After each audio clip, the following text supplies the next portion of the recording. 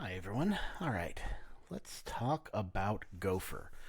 Gopher. I had a request just the other day on Mastodon to do that. Where was that? Let's scroll back in time while I think about it. Um, all right, so those of you who know me know that I'm a big fan of the Gopher protocol. What is the Gopher protocol, you might ask? Well, you're a weirdo if you don't know about it. But the Gopher protocol is just like HTTP, the World Wide Web. It is a protocol for delivering stuff online, um, specifically documents. But you could do sound files, whatever it is, just like the web. It's structured. It can link between things, kind of like hypertext, but not exactly. And it actually predates the web by a couple months. Um, in the mid 90s, it was the dominant protocol for what we would think of now as the web, for whatever that is, if it didn't have the word web. Browsing, I guess? Yeah, it was the thing. And then over time, kind of 96, 97, when speeds started picking up on the internet, um, images being delivered within documents and hypertext, the kind of the power of that came to the forefront and it started taking over. Uh, there's a lot of reasons why it faded from that spotlight. Those are the ones I kind of point to. There was also a bit of an issue where the University of Minnesota here, whose team was responsible for its creation, Mark McCahill, being the leader of that team, they wanted to get their hands on stuff, so money wise, so they started charging groups that wanted a server. If you wanted to go for a server, you had to pay them kind of a licensing fee, which it's not how the internet works, and it wasn't the mentality of the internet at the time. The way people were interacting with one another, it was kind of this emerging thing that would eventually, I think, become the open source community. Um, this idea that you put something out there to make the computing environment better and people share it.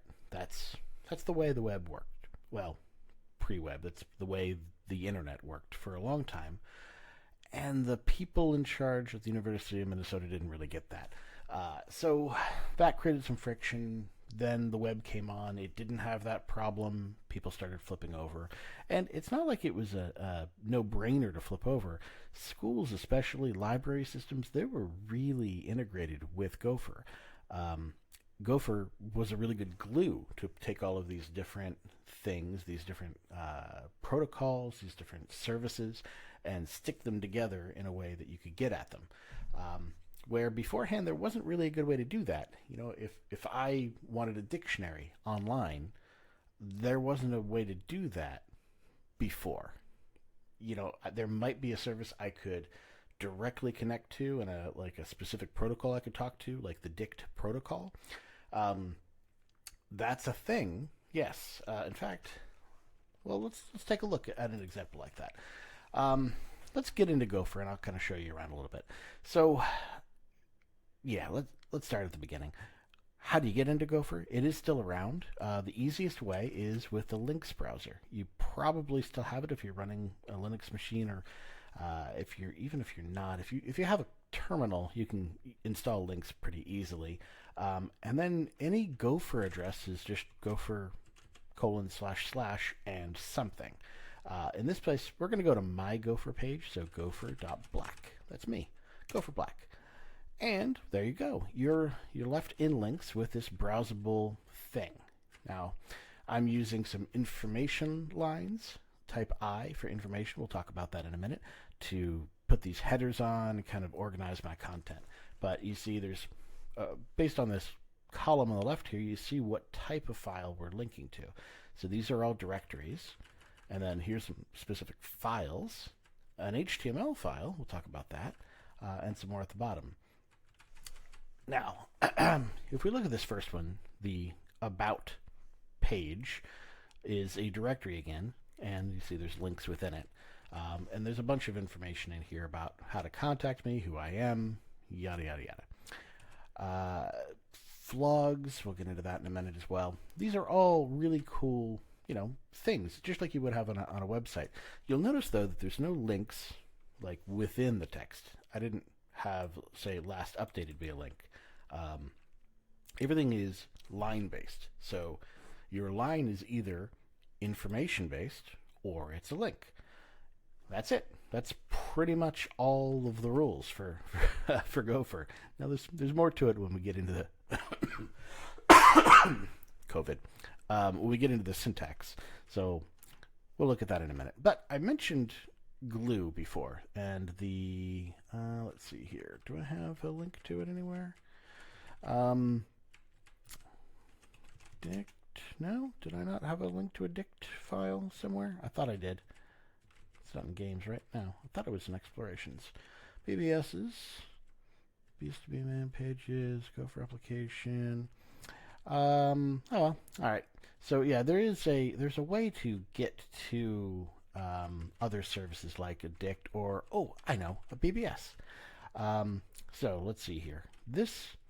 There you go. You see how these links on the side here say tel? Well, that's because I'm using a telnet type in that link. So going back to about Gopher, we'll talk a little bit about types. You can link to a bunch of different stuff. This is the stuff you can link to.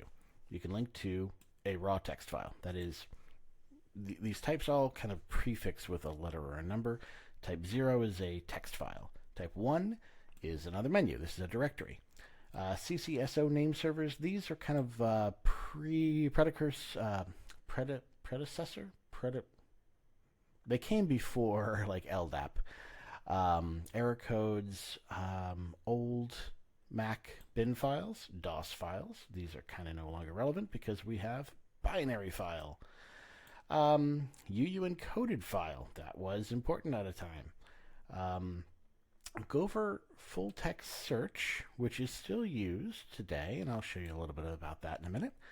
The binary file, the mirror.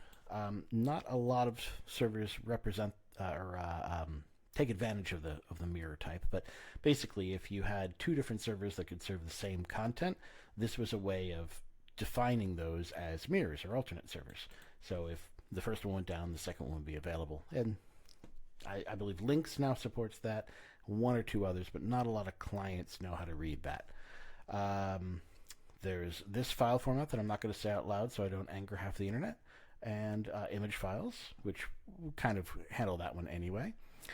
And of course there's these, what they're called non-canonical types. So when Gopher came out in the early 90s, it was in the RFC 1436, which we can see back in here if we were to go to, say, my archives. Let's see, RFCs of note, and 1436. Here is the Gopher RFC on Gopher. Now, in this one, they defined the core types, and there they are, item types. So this is what we just went over.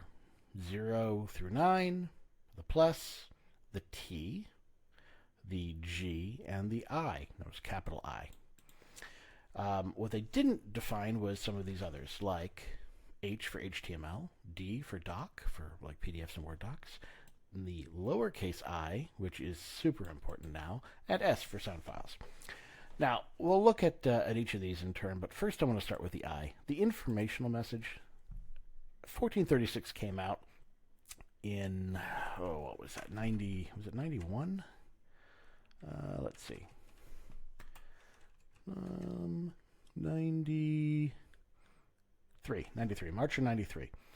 By the end of that year, we have evidence that people were using the lowercase I information type within the same year. I haven't been able to pinpoint the exact origin of it. There's some groups that were pointed to as an example of popular sites that used it, but I don't know if that they were the people that introduced it. But basically, within a year, Gopher was widespread using the informational message type. And that is what I'm using in a lot of these pages for these descriptions. So archives up at the top here. These are bits of awesome that I've salvaged from around the net. That's an information type. It's not a link. That's pretty much all it is. They're super important, though, because without them, all you have is links. And links can be fairly descriptive, but that doesn't give you a lot of the power for some of the advanced stuff that people do now on Gopher. So if you were to look at ah some of these things here, I'm doing some fancy stuff, setting up some cool shenanigans for Japanese music notation. Can you do this without it? Yes. And there are some Gopher 1436 purists out there who are diehard avoiding the lowercase I type, the information message type. There's certain communities that are big on that. I'm not that way. I like to use what works, and most every client will display them just fine. So, right, links. I mentioned clients. Let's not jump there yet. Let's talk a little bit about these other types too. HTML is probably the other big one. Gopher had a second RFC come out, and that was no, I forget where it is. It was later, and basically when the URL syntax was added, the Gopher :/ was added as well. That wasn't a thing in the beginning of Gopher. You can kind of see it down here in the bottom of links. It's saying my address here, and you see the type for the page we're on is a type 1 because it's a directory. And then there's a kind of a path after that. All of this syntax is new. What we saw in the beginning when Gopher first came out, we can actually inspect a little bit if we curl Gopher.black. Now this mess is actually the underlying Gopher map or the raw data that's being served up. If we were to telnet into the proper port 70 for Gopher and connect to the server and hit enter or whatever it is to get that response back, this is what we would see as well. Curl does the same thing. Now you see at the very beginning here in the left-hand column, this first character defines each line's type. So there's the I, and then there's a descriptive message. And eventually, you see this Gopher Black 70 at the end? Well, after the descriptive message, see, here's a type 1 about. After the descriptive message, there's a literal tab character. That's not spaces. It can't be spaces. It actually has to be a tab. And after that tab, there is a path. A blank path is valid, but a lot of times they start with a slash because people are mapping them to file system paths. Not required in Gopher. These could be total gibberish. It doesn't matter as long as the server gets that string that uses that to identify what resource to give back. After that, another tab and the server name. Finally, another tab and the port name, port number. That's the Gopher syntax. That's what got used. And then a TCP connection will be made to that server on that port requesting that resource. And that's it. And it is really basic. Gopher, when you look at it as a protocol, there's not much more than a curl. It's a straight TCP request.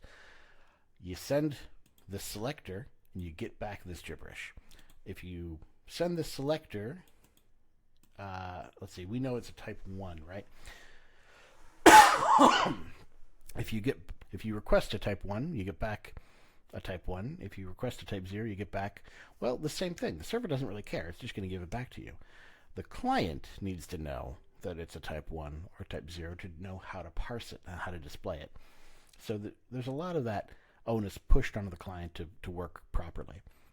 So let's see. If I were to go back to links, and we're on this home page here, you see down where it says type 1? Well, if I were to edit that, and I were to go to type 0, and let's go to my About page. Now, I'm getting the same information we saw before on the About page, but it's treating it like raw text. So you're actually seeing the underlying code for what that Gopher map looks like. And it's atrocious. You wouldn't want to write this, right? And that brings us to the big challenge with authoring on Gopher. Almost everybody, once they start, writing in Gopher, they figure out some way to streamline this process. Whether that's, you pick a server that you don't need to write all the gibberish for. Common servers today are Gophernicus, PyGopherD, GeoMyIday. I don't know how to pronounce it. I'll show you some of those in a bit. But the good thing about most of the popular servers these days is you don't need to write everything. You can just write the start of a line, or for Gophernicus, you don't need to have the type I at all. You just write anything, and as long as that line doesn't have any tabs in it, Gophernicus will fill in the gaps for you. If I were to request, let's see, if we go to Gopher //cosmic.voyage, this is another thing that I run, a community for writers. Now this page is a type 1 by default. It's a directory, right? This is running the Gophernicus server, and if we were to look at the source that comes back, if I request this as a 0, we see the I, we see all of the tab. In this case, it's saying null host because there's no link here for type I. If we look down below, though, you see these links all have a proper Cosmic Voyage and the port number. Well, Gophernicus, when I wrote this on Gophernicus, I didn't include the I's. I didn't include any tabs, but when it's served up, Gophernicus inserts that in there for me. So that's great. PyGopherD has similar options. I run, for Gopher Black, a server called Motsinger,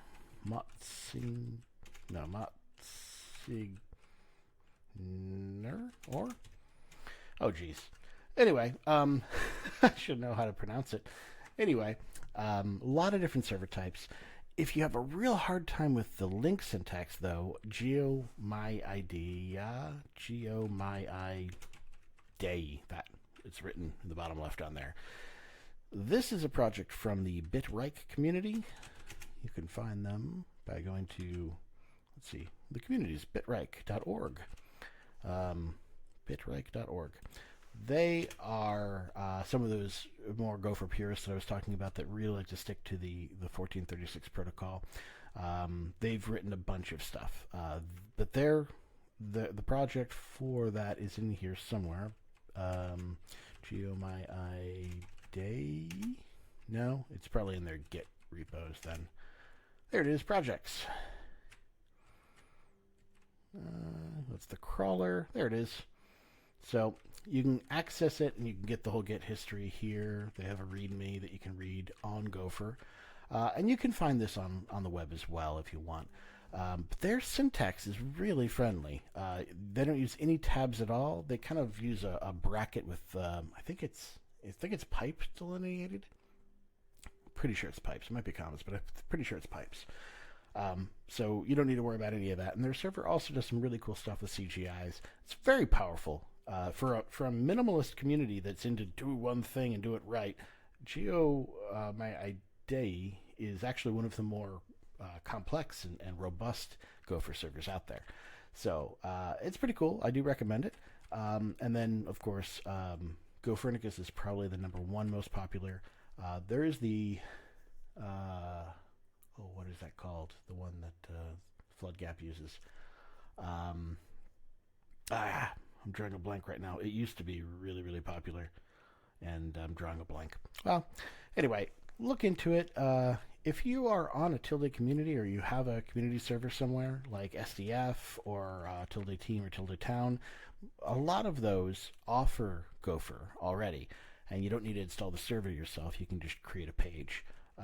So SDF has the mkgopher, make Gopher command that'll actually walk you through some of this. They run Gophernicus now, and you can do all the normal stuff on there. Tilde Team and Town both, I believe, run Gophernicus.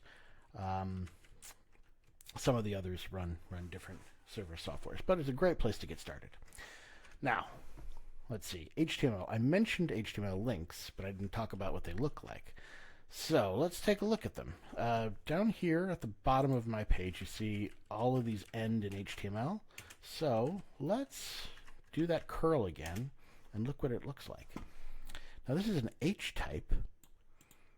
Then I get the description. Then I get the tab. And then instead of a path, I get URL colon and a full URL. Now the stuff afterward is pretty much irrelevant. It's ignored by the client. But if your client supports type H, it will use this to signal some sort of conversion over to HTML. So in links, what that looks like is you get this page. It's going to refresh automatically, and it's going to open it in whatever my HTTP handler is, which in this case is already links. So it'll take me to my HTML site. If I was in another browser, though, let's try VF1. Now, VF1 is a fantastic Gopher client, very fast. You see, this one displays a little differently. My different types are displayed either with a trailing slash for directories, with just green for documents, and it looks like HTML does this little HTM as the suffix. So there's some cool displays here. Colors are supported, and I think my color scheme can be tweaked as well. This is just my theme that I'm running. But it runs these numbers down the side, and instead of scrolling up and down, you can just type in the number of what you want. So if I go to 18, boom, oh look, it's going to refresh. It's going to take me there. Now, I wonder if that's my server that serves that up, and then the client handles that. I forget exactly which one it is. One of those is responsible for how that's served up. It could be the server. It could be the client. Don't crucify me. Anyway, here I am, and now I'm in the web, and VF1 is actually serving web content for me. That's pretty cool. Wait, is it? Is it serving for me? No, I don't know what it's doing, honestly. But some clients can do it, and some clients can't do it. So let's talk a little bit about clients, because there's a lot of them. So this page here at www.circumlunar.space tilde solderpunk/clients.html. This one here is Solderpunk's list of available clients. This is just what we've been able to gather and throw his way for him to put up here. So if you know of another client that's out there, let him know and he'll add it to the list. This is the popular command line clients. I was just talking about VF1. That is from Solderpunk himself. I'm a big fan of links. I use that all the time. Bombadillo is really cool as well. Bombadillo. Bombadillo? I say Bombadillo. Bombadillo, or Bombadillo, whatever it is, works similar to VF1 with the numbers. You have to kind of hit space or enter to kind of go into command mode, and then you type in the number. So let's say I want to go to my flogs. Flog, by the way, just like blog is a web log, flog is a Gopher log. It's a place to journal online. So I can go to the flog roll, and here, this is kind of a list I keep of running logs from a bunch of different people. Bombadillo, very cool. Also, Burrow from Sloom. Let me see here. Who makes that? Is down here, and that is from Sloom. Sloom. I don't know how to say your name, Sloom. Sloum drone. Sloom. Burrow is a graphical client. I can use it with my mouse. See? Now I've got myself my own Gopher Black here as listed as a favorite, but we can go over to FloodGap, which is one of the most famous, longest running Gopher servers out there. This one's run by Cameron. Oh boy, I'm dropping everything tonight. I can't remember Cameron's last name. Cameron, famous. Been running this forever. I'm using the scroll wheel. I can see stuff. I can jump around and learn about that. I can link over to SDF. This is actually how I first learned about SDF, the Superdimensional Fortress, one of the longest running public access Unix systems out there. I am going to be hosting this video, in fact, on TubeNix, which is a PeerTube instance run by SDF. So kudos to them. You should join. It's free, or free-ish, like $3 maybe will get you validated if you don't know anybody. Or you can just wait. but it's got a ton of stuff to offer, just incredible depths. Some really old, cool software on there, some vintage stuff, really neat. Um, I don't even know where to start, but yeah, go check it out. Make a Gopher site, or check out the Tildeverse as a place to get started as well. They kind of all overlap, all these pubnixes. So anyway, let's go to the SDF page real quick. So the Flogosphere here, this is where people on SDF post their updated flog entries, and there's me, Tumster's Gopher Hole. And if you click on that, it'll take you over to gopher.club, which is an alias for SDF. And this content is exactly what we were just looking at on Gopher Black. I mirror my content on SDF as well. So you can read my flog, which I update pretty regularly, as you can see. So back into 2017. See my 2018 archives go for a while. Got a lot of stuff to talk about. Some of it is even interesting. So Burrow, though, is a fantastic client. If you want a graphical one, I mean, it's still text-driven, but it is graphical. It has favorites. It has some stuff you can set in settings, which doesn't seem to be working right now, but it's really cool. And it is open source as well, so if you want to contribute, go for it. There's some issues there logged. There is Windows clients. There's Sakurama. On mobile, Charles, yeah. His Gopher client is pretty much it. That's available on iOS, but it's fantastic. Kudos to him. It's a really, really good client on iOS. I use it on my son's iPad for when I need a client. Pocket Gopher and DigiDog on Android work. I'm not a giant fan of either one. There's also some browser plugins that kind of work. I mostly run from the command line, and I will occasionally run from a proxy. So the Tildeverse runs a proxy. There's a bunch of them online, but here is my site that we were just looking at on the terminal, but you can get to it on the web. So proxies are helpful. I use it on mobile more than anything because I don't like the Android clients so much. But you know, they're worth checking out if you don't have anything else, or if you just want to kind of play around in Gopher space for a little bit. So that's kind of the basics of it. Now, if you want to get started in Gopher, I actually created this page here. It's the Gopher Zone, gopher.zone, and it's available on the web, so you don't need to know about Gopher to get started on Gopher yet. You know, you can go here. And if you click the About, you'll see it is just pointing you over to a GitHub page. This whole page is served off of GitHub, and I didn't write most of the content, if any of it.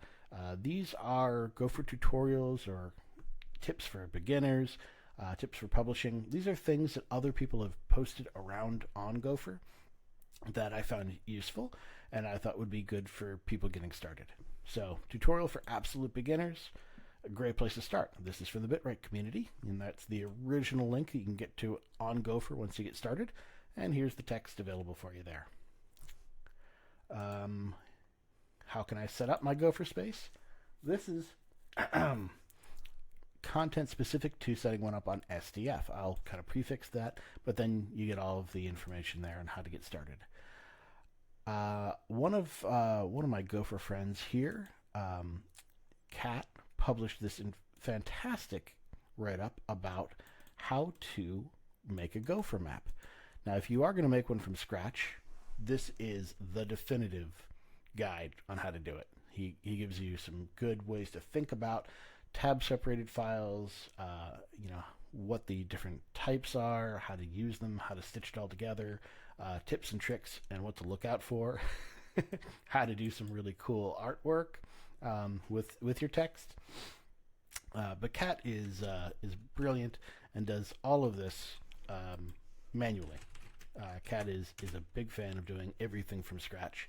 So every one of his posts that you see will be hand laid out. This is his page on Gopher that I kind of took to that site. So please check out those resources. How to Gopher map. There's the GeoMyID README. how to get started. I'm Gopher Black. There's also an easy place for you to get help in IRC. So you can join us in the Gopher channel on the SDF IRC network, irc.sdf.org, or you can join us in the Gopher channel on the Tildeverse. And we'll talk about Gopher. We're happy to help you out and help you get started on anything. Tildeverse.org. This is the Tildeverse. If you want to find out, servers and services, it's all here. Somewhere in here is some stuff about IRC and how to join it. IRC. There it is, stuff by our IRC network. Tilde.chat. And if you don't know how to IRC, even that is okay, because there is a link on here somewhere on how to join directly. I'm not reading this very fast. Brain's a little slow tonight. Here we go. You can connect to it with this way. You can do all that.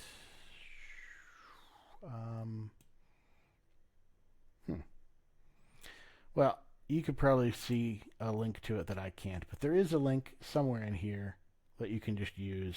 That's the quotes database, or you can just directly jump in and chat. I think they're running. It was Glowing Bear. I forget what they're using now. Oh, the Lounge. The Lounge. That's what it is. I think it's the lounge.tilde.chat. No, I forget. Anyway, there is a web interface. Just click around on the Tilde.chat or the Tildeverse websites, and you'll find it. Lounge? No. Anywho. And that'll take you into the IRC network. You can always get there if you have an SDF account by hopping into IRC, or if you're on the Tilde server already, come into IRC, come into the Gopher channels, ask us questions. We love content. It is a vibrant community. People write a lot. They share a lot with each other. It's slow internet. It is a place for reading long form, for really engaging with people. There's not a place for ads, not a place for comments. You have to read, and if you really want to feedback to somebody, you send them an email. You write your own entry.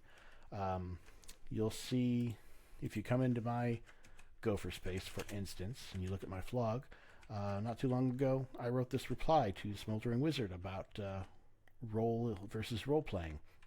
And I have a link to his or her original post, which you could see was referencing even some stuff on the web and some older ones. So you can kind of chain back in time. And this is how we engage with one another. We write a reply as a post or send an email. Lots and lots of deep thinking and sometimes some nonsense as well. So come join us. Like I said, it is a really great place to hang out, to slow down a little bit. If you are stuck at home right now due to the global pandemic, it's something new to explore and to try out. I hope we see you around. Take care.